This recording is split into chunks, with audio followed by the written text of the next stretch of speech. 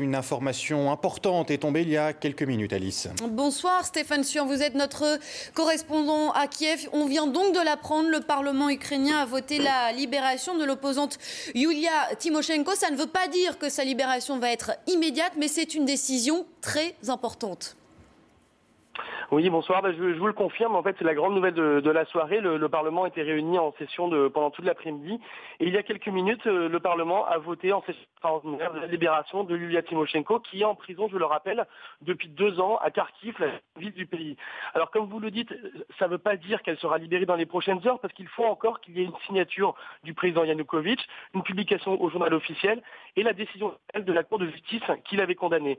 Mais si cette libération intervient dans les prochains jours, ce sera sans doute un tournant majeur dans la révolution ukrainienne, parce qu'aucun leader ne s'est imposé jusque-là. Et Yulia Tymoshenko, qui a régulièrement publié des messages très radicaux contre le régime, pourrait alors devenir le général en chef qui manque à ce mouvement de par sa figure très charismatique.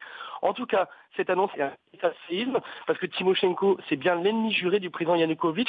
Le président Yanukovych qui a quant à lui été contraint de lâcher du lest aujourd'hui en signant un accord avec l'opposition. Cet accord stipule un nouveau gouvernement dans 10 jours, un retour à la constitution de 2004 qui limite les pouvoirs du président, également des élections anticipées prévues pour décembre prochain. Cela dit, avec l'annonce d'aujourd'hui, le climat qui règne sur Maïdan actuellement, très radical, très anti-Yanukovych, il y a de très fortes chances que ces élections interviennent un petit peu plus tôt que décembre.